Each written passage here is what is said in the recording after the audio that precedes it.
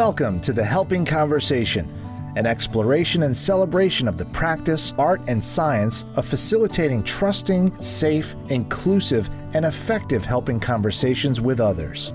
Recorded at RockVox Recording and Production Podcast Studios in Rochester, New York. Mouth off at RockVox. RockVox.com. Having enjoyed a 40-year career facilitating his own authentic brand of the helping conversation, your host, executive and recovery coach, Keith Greer. Hello, everybody, and as always, thank you for taking the time to sit in with me on this episode of the Helping Conversation. Two terms that I would imagine many of you, if not all of you, have heard bandied about in our world, and especially in the helping world, are emotional intelligence and resilience. So let me define those two terms so we know what they mean and how they are a little bit different, although related to each other, and how that, at the end of the day, relates to our conversation today with our very special guest. So resilience is the process and outcome of successfully adapting to difficult or challenging life experiences, especially through mental, emotional, and behavioral flexibility and adjustment to external and internal demands. A number of factors that contribute to how well people adapt to adversity, predominantly among them, A number of factors contribute to how well people adapt to adversity, predominantly among them, the ways in which individuals view and engage with the world, the availability and quality of social resources, and specific coping strategies. Psychological research demonstrates that the resources and skills associated with more positive adaptation, greater resilience, can be cultivated and practiced. We define emotional intelligence, or EI, as the ability to recognize, understand, and manage our own emotions and recognize, understand, and influence the emotions of others. In practical terms, this means being aware that emotions can drive our behavior and impact people positively or negatively, and learning how to manage those emotions, both our own and others. Because having emotional intelligence generally improves our relationships, as well as helps us respond well in a variety of situations, it can be linked to resilience. A person who is self-aware, socially adaptable, and empathic will be able to survive and thrive on the other side of a life crisis because they have the social and relational skills to be able to handle unexpected and unfortunate circumstances. They know how to advocate for themselves, to problem solve, and to seek support when they need it most. In addition, emotionally intelligent individuals know how to provide empathy to those around them who may also be affected by a crisis or dire situation. Being supportive and compassionate to others can have a positive impact on our emotional adjustment. When we feel needed and believe that we can help others, we also become stronger and more resilient. Resilience is important to living a happy and healthy life. By not allowing circumstances to get the best of us and keep us down, we can rise up above times of trial and believe that we can survive and even thrive because we have endured struggles. If we believe that we are not broken by circumstances, but rather that the big picture of our life is bigger than our specific circumstances at any given time, we can manage the intensity of our emotions and become more resilient. So clearly, two of the skills that we would say we would love to hone in all of us that will serve us well is to constantly be working on our emotional intelligence, our understanding of self and others, and how to bring that to this practice of resilience. And what I love about both of these concepts is, as I've stated, we can work on them, and we can work on skills, and we can work on strategies that actually increase our ability to access both of these mechanisms that help us just feel better about life and feel more productive and happy and satisfied. So with that said, let me introduce our guest today. Christine Horstman is the owner of Paper Doll Communications. Christine is a certified professional coach with a niche in career coaching. She is also an accredited DISC trainer and a professional development instructor. Christine's specialty is emotional intelligence and communication skills. Her real knack is helping people figure out and phrase what they need to say. She helps her clients articulate their worth and what they want.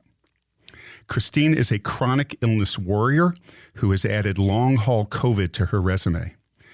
Writing has always helped her cope, and she believes in the power of putting our thoughts and goals on paper. Her book, Deal With It, Doll, Coaching Yourself Through Crisis, awesome title, was published in January of this year, inspired by the pandemic and the lessons learned from her health journey. Deal With It, Doll is a timely resource to help you grow through change and deal with life's many curveballs with resilience, confidence, and hope. Known for her laugh, Christine brings a healthy dose of humor and playfulness into all that she does and strives to be enthusiastic and engaging, whether in her coaching, writing, training, or speaking. She is unable to control her need to call people pet names and terms of endearment, from sweetheart to beautiful and, of course, doll. Her wish is that everyone has a life and a career that makes them excited to get out of bed in the morning. Please join me in welcoming into the Helping Conversation, Christine Horstman. Christine, how are you? I'm well. Thanks for having me. So good to have you here and to be with us in this conversation about resilience and emotional intelligence. And I'm looking forward to hearing how this has all been relevant to you and worked for you, especially on this most recent journey, and to hear how you bring this to your work with your clients. So let's jump right in. In addition to the introduction that I just shared, share a little bit more about who you are and a little bit of your journey and how you got to be doing the work that you do today. Sure. So I was a general manager for several different companies, different industries, and I always worked in either a regional or a small private company. So a regional office for a larger company or a small private group. So because of that, as the general manager, I wore a lot of hats and I did a lot of HR functions. So it gave me a lot of experience with hiring, unfortunately firing sometimes, training and staff development. And in one of my positions as GM, one of my jobs was really to help groom new managers.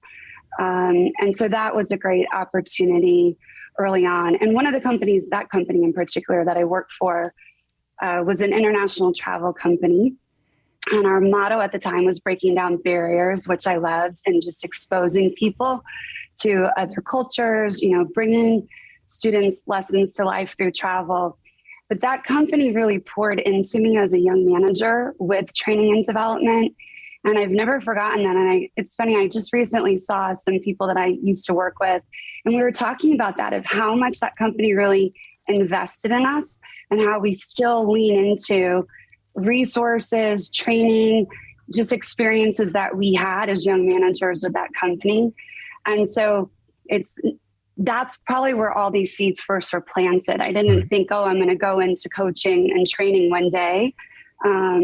That's also one of the reasons I wanted to become a career coach when I took a big step back and thought about things, in that so many of us don't really sit down and say, what am I going to do? Right? We go through a series of processes that we're supposed to go through, through high school and college, and then we get our first job, and that leads us to a second step. And I think giving people that opportunity and tools to really assess who they are, what they're good at, what their interests are, and what they want to do. And so I work with a lot of adults, obviously, but I do enjoy working with teenagers as well, to help them on this journey a little bit earlier than most of us came to it. Yeah. And as someone who has been in that same conversation for many years with teens, it's a real gift for them to be able to engage in that conversation with a knowledgeable adult. Because, I think to this day, a lot of the narratives out there for kids and teens about, I should know what I want to do by the time I graduate high school, or at the very least, I should know what I want to do for the rest of my life by 22. Right. And there's just no evidence that any of that is true. And yet the pressure and the stress that kids and young adults often feel, believing that they're the only one, quote unquote, who hasn't figured this out. Yeah. Yeah. And I think that's, when we talk about resilience, not to jump ahead, but I think that's one of those pieces is so often people feel like I'm the only one. Yeah. And it's actually pretty rare that we're the only one who's experienced something. But I do feel like that's where opening up these conversations is important and powerful and helpful, know? Right. Yeah. So important. So important. So as someone who is in the helping world, if I had known you when you were younger, when you were a kid, a teenager, who were you? What were you about? What were you involved in? That might be, if we look back on that, some indicators that you were going to be in the helping world sooner or later. Yeah, so I think I have always been a good listener as a friend. I think that's something my friends would say about me. I'm pretty intuitive. I don't know if I was as clear about, my intuition when I was younger, right? I think that experience hones that, where you start to have the confidence to trust your instincts and your gut and your intuition about things. But, before I became a coach, and now this is probably more of an adult, but I was the friend that people came to. And my chronic illness journey started in my 20s, got more advanced in my 30s. But I always shared. I am a sharer, I'm a talker. And so being open about my experiences meant that other people often came to me to share theirs or for advice or, a shoulder to cry on, a listening ear. Right. I just have really come to believe that for folks like you, and I think I'm in that category, there is an energy that we give off that people pick up on, that this is a person I can trust. This is a person I can share with. This is a person who's going to get me. This is a person who won't judge me. Because almost all of my guests would, and they might use different terms, they often describe themselves exactly as you just did, of who they have been pretty much from their first breath, and that the people in their life as children, as teenagers, and into adulthood know this is a person I can go to. For me, I kept trying to follow that career path that I had been on, and my chronic illness kept pulling me from it. Right. But I kept thinking, I'll get back to that. I'll step back in where I was. And I kept seeing it through that same lens. And it was finally the chronic illness where I realized, like, this is not compatible, trying to put myself back into what I was. And I do feel like that shook loose something that finally enabled me to step into my true calling, or as, to the point that you're getting at, that inner part of my being that's always been there, that has always been a strength. And so I do feel like this is my calling. Yeah. Awesome. The gift to that, and for people who are listening and maybe first starting their careers or considering moving into the helping world, I'm curious if you would agree with this, Christine. I've always felt very blessed that for most of my career, work usually doesn't feel like work, because it feels like it is such a natural alignment with who I am naturally. I'm having conversations with people that I'd probably be having anyway, and get paid for that. That's pretty cool, but that's a natural place for me to be. Yeah, that's when you're in your sweet spot, right? Right. Yeah. And I'm curious. I know what I've read in terms of some research, but I'm curious with you as someone who does this work with folks around career. Some of the research out there that would say most folks go off every day to a job that they at best feel ambivalent about, if not worse. That it is not a very large percentage of people who have found that professional sweet spot. Yeah, I think the whole big quit or the great resignation or, that we've gone through with the pandemic is a testimony to that, right? Where something's out of balance for people. Yeah. That we've had such a big shift. And this forced slowdown, if you will, I feel like echoes what I experienced personally with my forced slowdown through my health, right? Put me in this place of what am I? Who do I want? How can I make this fit for what my needs are and my family's needs?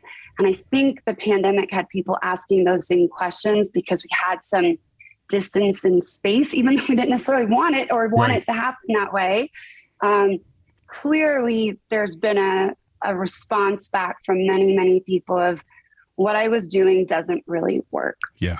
There's probably some larger questions at play at that because we know women have been greater affected during the pandemic in terms of work-life balance and how to make it work as a parent and someone with a career.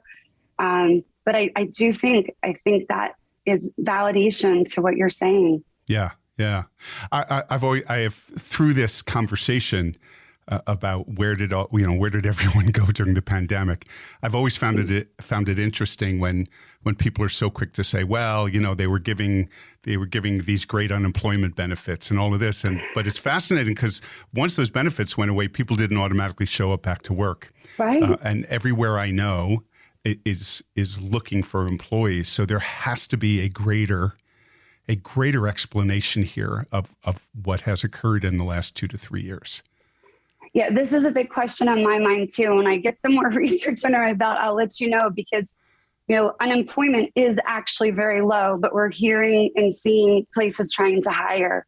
So there is a disconnect here. There is something else going on. Right.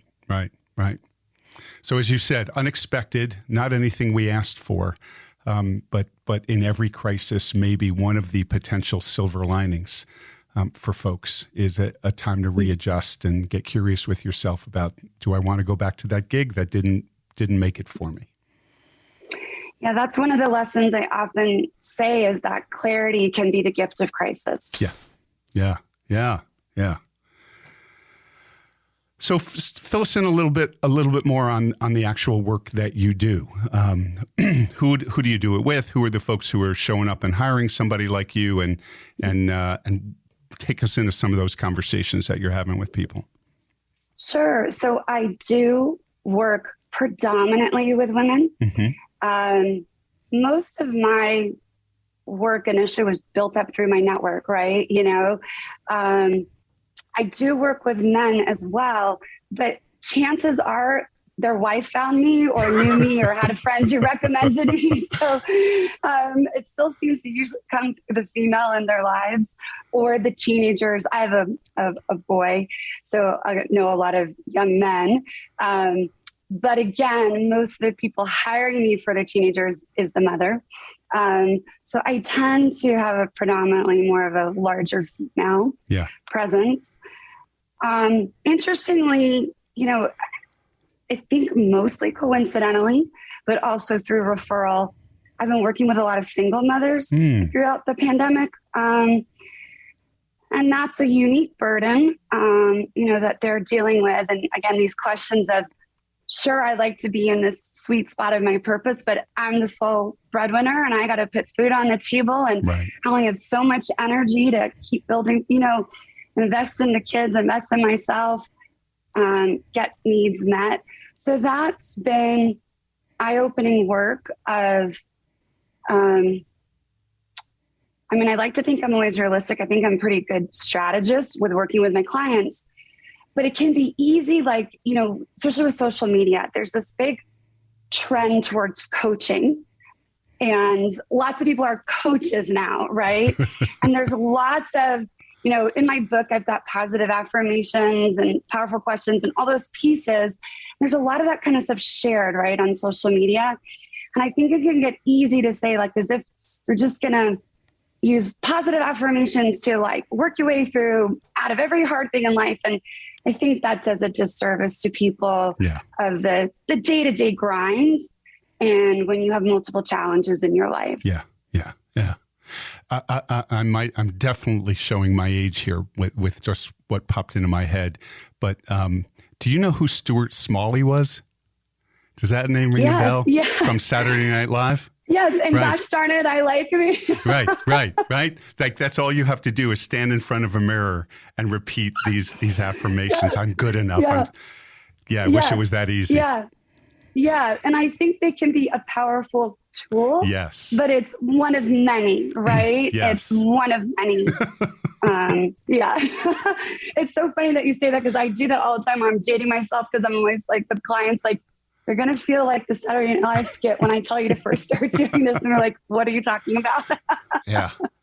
The other thing you just said that boy resonates with me. And I always say this, pretty proudly. I'm a coaching snob. There is a practice, a science, and an art to this specific conversation. And I was just having this conversation with someone today because I always share with people in my life that if you're ever interested in looking at pursuing coaching as a career, call me, because if you Google coach training, you'll get 5 bazillion hits, most of it garbage.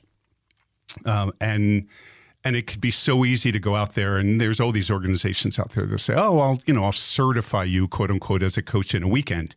Right. It's not that simple. And so making sure that people are in the hands of folks who have the training to really do this conversation well is really important. And most people would not know that.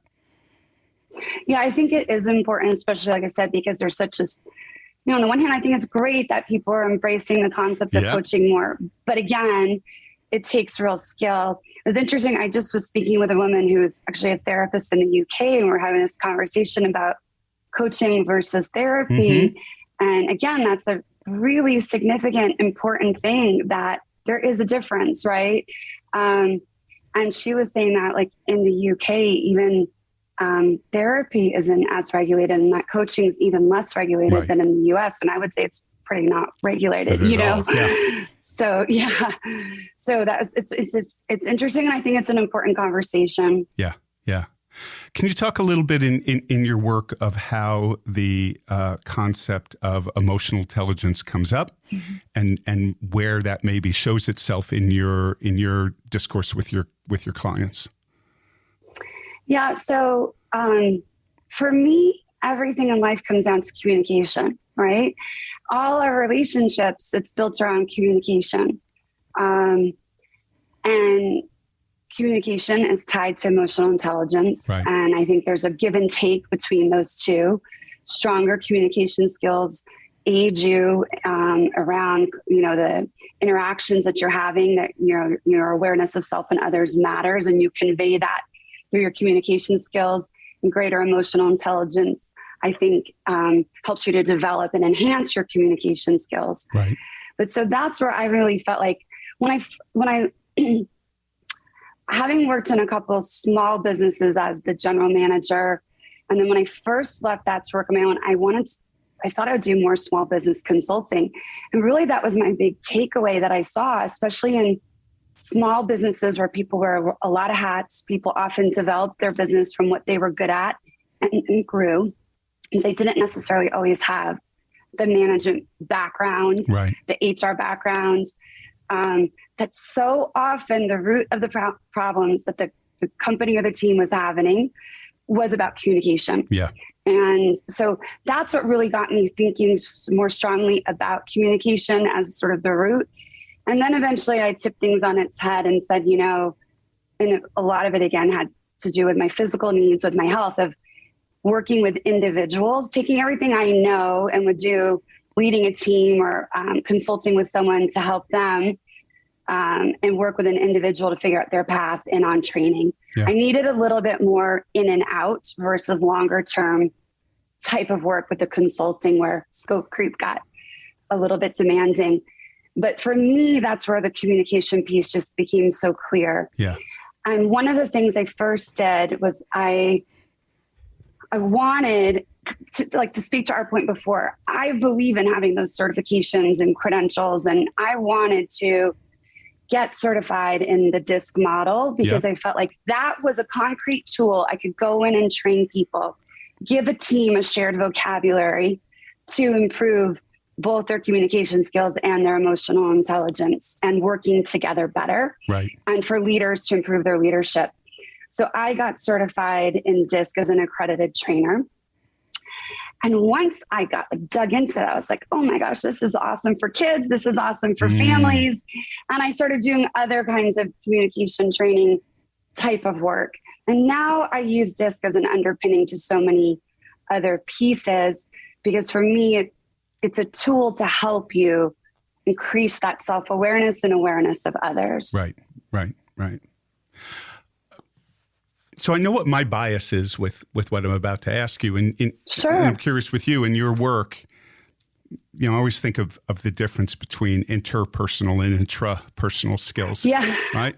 And I sometimes find myself curious about that, especially in the work with leaders, of folks who come along and, just tell me how to understand people, but they're really not asking the question, how do I understand me? And I'm curious what your bias is there. If you had to come down on one side or the other in terms of the most important and crucial skill set, is it really about I need to understand people, or let's just start with who you are? Yeah, if you don't understand yourself, you don't actually understand people, in my opinion. So I think I probably lean the same as you. I think that self-awareness is really fundamental, and that's the harder work in some ways, right? To really have that radical honesty with yourself. Right. And I always say, whether it's in a one-on-one coaching or I do a lot of the corporate training, as you mentioned in my bio, is that we spend a lot of time talking about, complaining, wishing we could change other people. But we can't change other people, right? We can only change ourselves. That is, to me, why emotional intelligence is so important.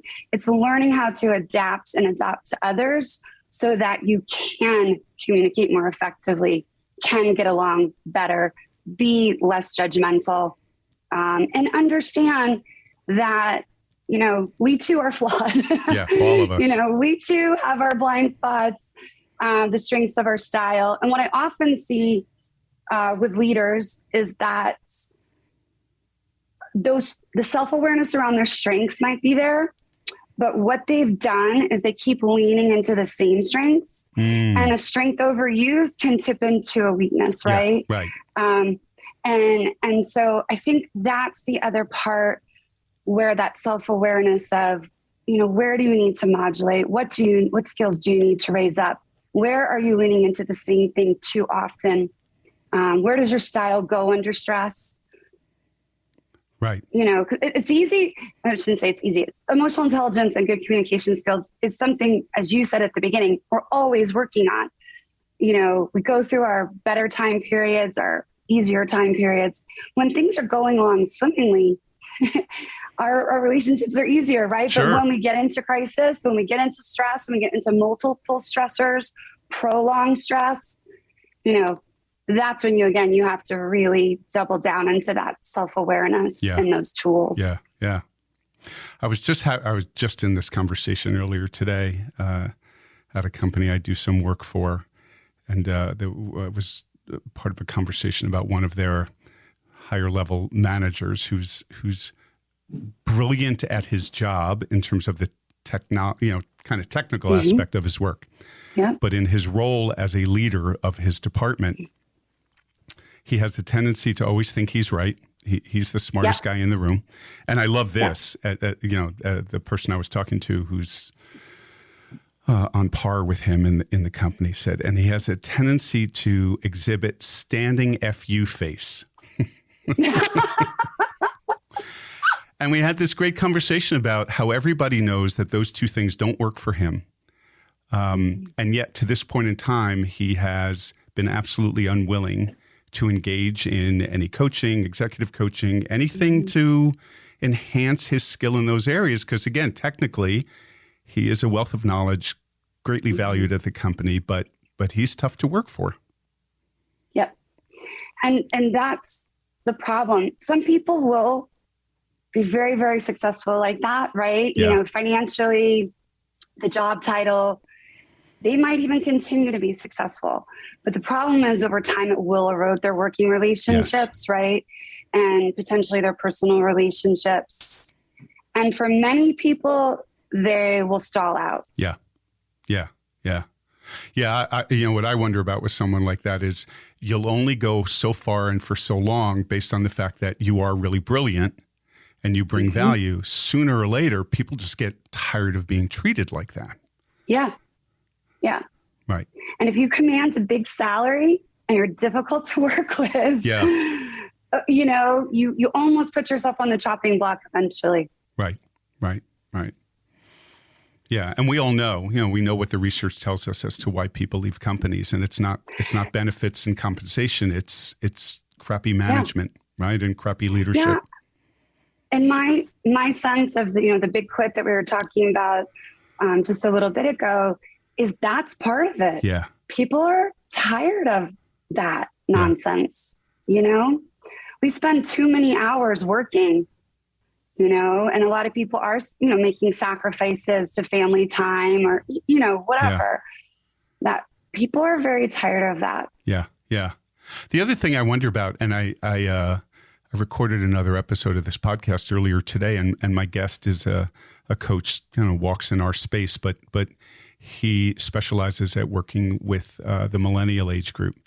I think that's a whole other group of folks that are looking for something very different than I know my generation as a baby boomer was looking for in the workplace. My generation was the one that said, I'll put up with anything. Just give me a job for 30 years. I'll stay there. I won't complain. I just want, I want that stability. Yeah. And this new generation is saying, I want meaning and fulfillment and satisfaction in my job. And I don't think twice about maybe leaving if I'm not happy. Yeah. And I think there's something powerful about that. Yes. I think our age had the grandparents, greatest generation. Yes. And you did know people who worked places, for one company. My husband's grandfather worked for the railroad company his entire career. We had a different model in our brains. Yeah. And this idea that you must pay your dues and this, you're working your way up the ladder kind of an idea. And younger generation, like you said, they're more willing to say, nope, I'm looking for other things. Right. And now we have Gen Z, or what they sometimes call the I generation in the workforce. Yeah. Our youngest members are now a whole new generation, the 23, 24, 25-year-olds. And what are they bringing? They have a much higher expectation of what we call the platinum rule. It's not the golden rule that we grew up with of, treat others as you wish to be treated. Yeah. It's treat others as they wish to be treated. Yes. And to me, that is tapping in a deeper level on emotional intelligence, and it requires a different mindset. So they expect when they're interviewing at a company to be asked what their pronouns are, and from the jump in the interview, right? Yeah. Yeah. So their expectation and what they're looking for, and that's one thing. I get to prep my one-on-one clients for interviews, but some of the training, the corporate training I do is behavioral interviewing, how to do that and do that well. Yeah. And a lot of other, people will come to me, will do our like employee accountability, for example. And I'm always telling people, you set expectations the minute someone walks in your door to interview with you. Right. And a lot of people haven't thought through their hiring process as carefully as they need to, and haven't aligned it well enough with job descriptions and performance. But I think those are the things, is that, that who are you, and what you say on your website, and then what you act like in an interview. Right. The younger generation is much, I think they're looking for these things on a stronger level. Yeah. Yeah. And they're pretty savvy. Yeah. It's funny what you just said that just popped into my head as you said what some of these companies have on their website. Another conversation I was in another company is the whole conversation going on right now about diversity, right? Diversity and inclusion. And the person I was talking to at that company was very candid with me that their company loves to talk about diversity and inclusion, but when you look at their workforce, there ain't nothing going on there that is diverse. By any stretch. Or the C-suite. Right, or right. The C-suite, or very much right? the C-suite, yes. Yeah. And again, oftentimes well-intentioned. Yeah. I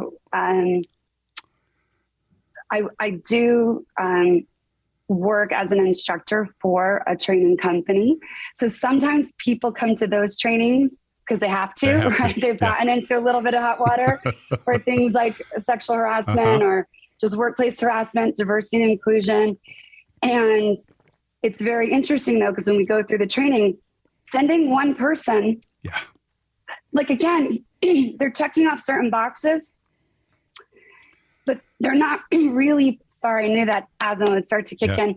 They're not really pouring into the tools that the company needs.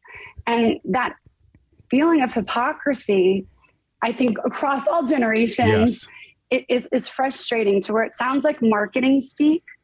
And I think it gives people a little bit of a cynical view towards HR oftentimes in their companies. Right. Yeah. It's really difficult for a company to move in any positive, productive direction in any of these conversations you and I are having if the whole C-suite doesn't show up for the training and just says, hey, Christine, will you just train everybody else? Right. Yeah. Right. I mean, what message does that send? I mean, not the one we want. So yeah, I think it's important. And again, coming back to the emotional intelligence, with diversity and inclusion, we all say equity and belonging too, right? Right. And that belonging piece is that platinum rule that I just mentioned. And again, emotional intelligence, where you are aware of the feelings and perceptions of others. Empathy is a critical piece of emotional intelligence when we look at the others side versus the self side. And I think, again, the more you work on your emotional intelligence, the easier it is to be open to the work that's required of each of us, the journey that we all have to be on when it comes to diversity and inclusion. Right. I really want to come back a couple of minutes here because I want to highlight this because I think most people have not often heard the difference between the golden rule and the platinum rule. And it's so huge. It's so huge because we've all grown up with the golden rule. All of us know exactly what that is. But that piece about, so I always think, again, if I operated by the golden rule, I would treat you as I want to be treated. Well, I know how I want to be treated as a 63-year-old white middle-class male, married grandfather, fill in the blank in all the contexts I exist in. And those are the only eyes I've seen the world through. And for me to assume, let's say I sit down with you, that, well, if I treat you according to the golden rule, then I'm going to treat you how I want to be treated, which could be so far from what you need based on your own life experience. Yeah, exactly. And one of the things that helped inform, before I actually even heard the platinum rule either, but my son has learning differences. So he has dyslexia, dysgraphia, ADHD. And that really helped me first as a manager, then as my work as a coach and a trainer of, neurodiversity and how people learn, and, when you're trained in adult education and training, you get some on, learning styles and how adults learn differently than children and things like that. But again, I think most corporate trainers aren't well-versed in real learning differences. And, 1 in 5 people has a learning or attention issue, difference. And again, how that plays out in corporate America, I feel like this is a very untapped area in terms of where we're going to have future conversations. There's important and necessary conversations we're having in our country with other issues of diversity. But I do think that neurodiversity is one that's going to gain greater insight. Yeah.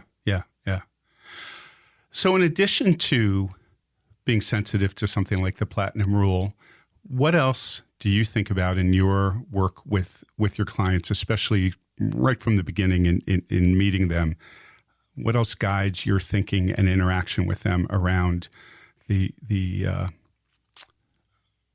very distinct creation of trust and safety and inclusion in your work? So I think this goes back to what you asked me early on about just sort of who I am. I think I give off this fairly inclusive vibe. I have a fairly diverse, even again, I'm working with women, but the range, the backgrounds, ethnicity, different pieces of clients, I think I I give off a certain warmth that makes people feel comfortable. I hope that that genuine caring side, I think, is a part of it. But to be honest, I think it's asking questions, which is really, I guess, really the root of coaching, right? Is asking powerful questions. But just that building rapport, getting to know people, I often start with a DISC assessment. It gives us, again, a shared vocabulary just to start talking about some things, and it opens up other experiences that they may have not thought of or talk about. We often do the Wheel of Life exercises and early on. Values, not very different than maybe many coaches start with this idea of a getting to know you. For them, that's part of raising their self-awareness, but opening me up to who they are and giving us something to talk about to ease the process. And I think when you're able to respond with the right questions, just the listening, I feel like that sets the groundwork that you need for trust. My other sense with that is doing something like the DISC, doing values clarification. When you think about where people need to go and what people need to tap into to move their lives forward, they're among the myriad of pieces of information they will need to make that happen. The two I always think about is they need to know what their capacities are, their strengths, their skills, their talents. And it can be incredibly helpful to know what their values are.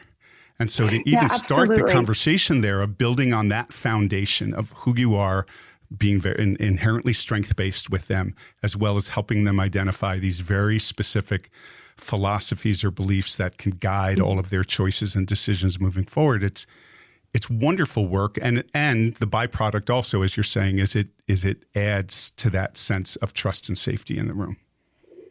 Yeah, one of the other assessments that I'm certified in is the Strong Interest Inventory. It's a great career assessment. It's also nice for people shifting into retirement because it's interest-based. And so how to fulfill a fulfilling life, but also what might be good work choices and areas to explore. And again, I find when I do start with an assessment, and they start, and just asking the questions, what resonates? What are you seeing in this that does feel like you? That starts to open that door of talking about themselves and this sort of feeling of like, oh, this is so me, right? And that sort of feels good. I do life coaching as well, but typically my life coaching backs out of career coaching. And I think it's for this reason of creating trust. So when I've worked with someone, helping them to find a job, and we're doing their resume and their cover letters, and they're like, oh my gosh, you just get me. And then all of a sudden they start sharing more snippets about their life and other pieces in the bigger picture. And then we start to work together oftentimes a little bit long-term, or longer term, I should say, right? It depends on how long it takes to find the right thing. But because I think that's, again, once there's some trust there. I want to highlight, because I think a lot of people might think this is pretty obvious when you said, well, I ask questions. It's way more than that. It's way more than that because there's ways of asking other human beings questions. First of all, we all know what it feels like to be asked leading questions. So the person's asking questions, but they're trying to take us down the road they want us to go down. Versus truly walking in as coaches do. First of all, with extreme curiosity, true, genuine, authentic curiosity. Curiosity. That's. Right. And then asking, the term I always think of is asking questions for which you have no answer, which is just a byproduct of curiosity. I really want to know. You tell me, human being, your story, your take, your perspective. We know neurologically that speaks to the part of the brain in our client that says, oh, I can trust this person. Right. Yeah. And I'm just learning more, again, even if there's someone who isn't doing that strong interest inventory. What do you do in your free time? What are your hobbies? How do you like to spend your time? Tells a lot about it. And Lisa gets someone open up and talking and places to find rapport. And, that's one thing I talk about with managers is that, how often is your one-on-one open, right? Where it's just that, I want to know about you, right? Like the no agenda question, just like you said. versus, oh, how are you? And test. Right. So how do you know what makes that person tick versus another person? Yeah. Are you trying to motivate everyone the way you're motivated? You know, all those pieces. So yeah, that just open-ended piece to it. Yes. And then, you know, listening is what helps you know what the right next questions are too, right? Yeah. Yeah. Yeah. Again, a skill that people sometimes underestimate, the complexity of truly being able to listen. Because as I always say, if you're already thinking about what you're going to say back, you're not listening. Yeah. Right. So how, you know, for us coaches, how do we get to this place in our skill of truly being I'm listening. I'm not thinking about what I'm going to say back, because I have great trust in my ability that once you're done talking, I'll figure out what I want to say back. Yeah. But I have to start by truly listening to what you're saying. Yeah. And that's always my prayer before I have a coaching session. I always just take a couple minutes and just say, like, let me listen well, right? Let me listen well and trust that I will know what they need and ask the right questions, because that is really the core. Yes. Yeah. Yeah. Yeah. One of my favorite descriptions of coaching I have ever heard is that coaching at its best, in a moment of it being its best, is structured improvisation. I love that. Right? That there's a structure to chill. it. Right? There's a structure to what we do, but there is such an improvisational aspect to what we do. Yeah. And I think to be a coach, you do have to lean into that intuition a little bit, like you said, to be able to what you're picking up on. And like you said, to go there and to know when you need to pivot and switch gears. Right. Maybe because you're not getting where you need to in that session, or they're a little bit stuck still, and they might need some different exercise or something else to move forward. You know, and in fact, that's one of the other phrases we use a lot. You know, people have probably heard active listening, right? Right. But empathetic listening is the phrase that we're using a lot these days in the training side of things. Yeah. Yeah. And Lord knows there is such a shortage of empathy in our larger world right now. So boy, do we need it. So I'm looking at my clock here. We're already 47 minutes in, and I want to make sure I ask you about your book. So tell us about the book. Yeah. So the book was inspired by the pandemic. And early on, of course, I'm always helping people find jobs, but there was an incredible amount of job loss at the beginning of the pandemic. And it crystallized this idea that what I experienced was a loss of health, and then I know other people with chronic illness have experienced, and job loss, you go through this loss of identity. Yeah. Right. Yeah. And who am I if I'm not the VP? Who am I if I can't work and provide for my family? Who am I? Right. These really fundamental, essential questions. And then that's the word that kept coming to my mind as well. And that's what we were saying in the pandemic, right? What's essential? You know, essential workers, essential reasons to leave your house, and this idea of what is essential to each of us to live our best life.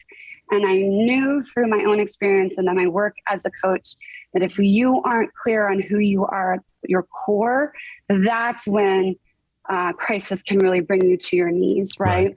And gaining that clarity of who am I no matter what, I think is where you start to get that power to build that, you know, pull yourself back up. And that's that muscle that we talk about with resilience, that I can keep going, even if it's a baby step, you know, or crawling, but I can keep going. I know who I am. I know my strengths. I know my values. I'm going to find a way to dig into those things. Right. So it was this kind of confluence of this idea that I said earlier that, you know, clarity can be the gift to crisis. And we were living through a collective health crisis, if you will. Yes. So I felt that so many of the lessons that I had learned through chronic illness, I was sharing with clients and friends. And that's kind of where it was born out of. And how do we increase our coping? And for me, it was nice because I lead on the professional side with the career coaching and the professional development training and communication, emotional intelligence, soft skills. But I feel like what makes me so good, if I may, I toot my own horn, what makes me good as a coach and a trainer is my resilience, what I went through with my son, what I've gone through with myself. I've had to reinvent myself. I know what that feels like. And I feel like that's so much of what I bring to the table. And this allowed me to sort of put the whole piece out there and hopefully provide people with a tool to help themselves. Right, right. Who would you say, I mean, I'm sure you would love every human being walking the face of the earth to read your book, but who would you say, if you had to be really specific about who this book has been written for? Is there a specific group of folks that you say, boy, this is, I know if you pick this up, it is going to so deeply resonate with you? I would say, probably because it's where I am, but middle-aged women, mothers in particular, who are dealing with their own life transitions and those of their children. Right. Right. So it's not always, I always say it's like not always crisis with a capital C, but it's what school am I going to send my kid to? How do I get my kid the help they need? We're graduating from college, or we're about to be empty nesters, or I stopped working and I want to go back, or sometimes it's natural transitions in life, right? That are, harder to cope with and take some tools and resources. Yeah. More of a how-to book, more of an inspirational story, a little bit of both? A little bit of both. I guess it does fall into self-help, but I think there's some inspiration.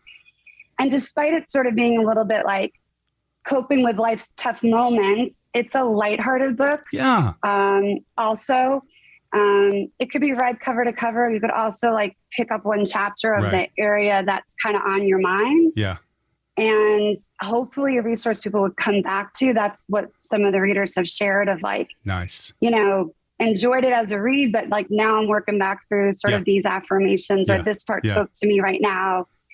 I would also say, chronic illness, there's very few people that chronic illness won't touch. I think the stat is 1 in 4 adults will have cancer in their lifetime. Yeah. And so, that's just cancer, 1 in 4, right? And then that's your parent, your grandparent, your child, so chronic illness, I think in reality touches most families at some point. Yeah. So I also think for those maybe newer in the chronic illness journey or supporting a loved one through their chronic illness journey, I think the book, because a lot of it's sort of couched in some of the lessons I've learned in my experience, and it is so much of my adult lifehood, I think it will resonate with people on some kind of chronic illness journey as well. Yeah. Personally, I love that you use the term lighthearted, because I can't speak for any other human being out there, but a piece of how I act on resilience is humor. And not taking myself too seriously and trying to always see the good, even on days that suck. That's just, I know for me, a strategy that I've always tried to act on, and I would like to think has always worked for me through difficult moments in life. Yeah, and then that's one of the things. I think I'm a bit of a natural optimist. Yeah, and again, not that I haven't had my days where I'm curled up in a ball, but you don't stay there for too many days type of a thing, right? You keep trying. I look back and say, well, it's better than last year. Or it's better than last week, or you've been here before, and eventually you'll shift out of it again and do some of the right things, you know? And so that's where I think the book, hopefully as a whole, is a tool, but then within each chapter, there's a lot of smaller tips and tricks and tools that I think are hopefully helpful for others as well. Yeah. Yeah. Awesome. I've been accused since I was a kid of being a Pollyanna. And it's always worked for me. I just don't know any other way to go about this, because as you said, you could curl up and go in a ball, and Lord knows I've had those moments too. But as you also said, how long do you want to stay there? And staying there, how well is that going to work for you? And so, and again, I know easier said than done, depending upon the person and situation, but how to pick yourself up and try and do something. Yeah. And I really learned that acceptance is the way through resistance, right? So the more you fight where you are, the woe is me, it's not fair, I want to be what I was, you stay stuck in that resistance versus sort of saying, okay, this is a terrible place I'm in right now. Let's assess, right? Yeah. Let's take one step with one thing that makes me feel good. Right. Yeah. And one thing that I accomplished, even if it's I got out of bed and I brushed my teeth. There it's it is. One thing you did do, Yeah. In almost every episode I do of this podcast, I've started to call it in my head a T-shirt moment. And that is when my guests share something with me that in my head, I say, that needs to be on a T-shirt. And acceptance is a way through resistance is the T-shirt moment of this episode. That needs to be on a T-shirt because it's so true. It's so true. Right. And yet, boy, it can be challenging on some days. Yeah, you realize in hindsight how much energy you spend in that place of resistance. Right? Yeah. And that energy, you're spending energy one way or the other. Yeah. All right. So, because as coaches are strength-based, and you've talked about being strength-based with your clients as well as with yourself, I always ask this question, so I want to make sure I get to it. So take a minute or two and tell us what's awesome about you. What are some of your strengths, capacities, skills, talents, gifts to the world? And this could be in either your professional life and or your personal life. Yeah. So my strength is sort of tips into my weakness. I always say, I don't know why God gave me this personality and this body because I like to do a lot and my body's like, we can't do anymore. I like to dig in. Yeah. I like to help build community. I started a chapter of a nationwide group called Young Men's Service League. It actually started here in a suburb of Dallas about 20 years ago, but I started a chapter for my community, for my son, to help foster what they call a heart for service. Yeah. Because I do believe in volunteer work. I actually started that in the pandemic, and it was that great reminder that getting outside yourself is so important. It's one of the best ways to lift yourself up. So I do like building community, getting involved. So I like volunteering. I'm a big picture person, and that's always hard. Like when you go into like the coaching world and everyone niche, especially if you want to do anything on social media. Yeah. And I am a generalist, and I feel like that is 100% my strength is that I'm a generalist. Despite what they keep trying to tell me to niche. And I love to laugh. I have a good sense of humor. I think I've got a good wit. So I think most of my friends and family think I'm funny and fun to be with. I love spending time with my family and friends. Yeah. And I love nothing more than some red wine and a long talk. Those are my faves. That's and then awesome. From the professional side, I think I mentioned some of it. I do think it is, even in like a one-day training, people are like, say that again, the way you just said that. I think I'm good at helping people phrase what they need to say, and get to the heart of it. And I think part of that is my intuition. Yeah. The older I get, the more confidence I have that my intuition is a giant asset for me. Yeah, I'm with you on that. I've come to trust it implicitly. And trusting it implicitly does not always mean that what comes out of my mouth once it crosses the room is the perfect fit for my client. They might turn to me and say, nah, that's not it. But I still, right? You still trust it, right? It leads us down a good road. To put it out there. Yeah, exactly. It might not be the exact place you thought it might lead you, but it's still leading you in the right direction is what I believe. Yeah. Awesome. Christine, if people were interested in getting their hands on your book, what would be the best way for them to do that? Amazon. There's also bookshop.org. So if you like to support local, bookshop.org will hook you up with the local bookstore near you, but then send it, so that you get delivery, but you support local. So that's a nice way to do it if Amazon isn't your preferred shopping. Right. And dealwithitdoll.com goes to my regular website and the book website. Beautiful. Awesome. So the name of the book is Deal With It, Doll, Coaching Yourself Through Crisis.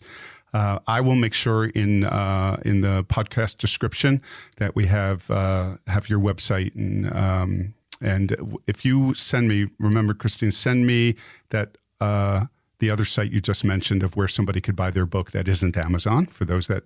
Absolutely. Yeah, I will send that one because it's just a nice thing for people to know about, that they exist. Yeah, right. That's awesome.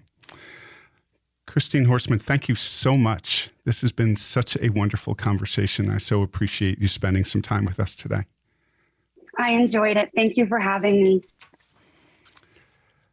All right. That was great. I hope people found that helpful and thoughtful and a bit inspiring. And think about how you can bring greater emotional intelligence into your life. Think about what resilience is to you. And clearly, this book of Christine's might be a really interesting read for you in figuring out how somebody who has had some challenges in front of her has brought those two concepts to the fore in her own life, and now shares it with her clients. So, as always, I appreciate you being here with us today and being a part of this episode. And I hope you join us again as we continue to shine a light on the skill and talent of those individuals that invite another into that compassionate, complex, and intimate space called the helping conversation. Everybody have a good day. We thank you for sitting in on our discussion today on just one unique version of the Helping Conversation. We would love to hear your thoughts on today's podcast, so we sincerely invite you to follow, rate, and most importantly, review our episodes. For more information on Keith Greer and this podcast, log on to keithgreercoaching.com. Please join us for our next episode as we continue the exploration and celebration of the practice, art, and science of the helping conversation.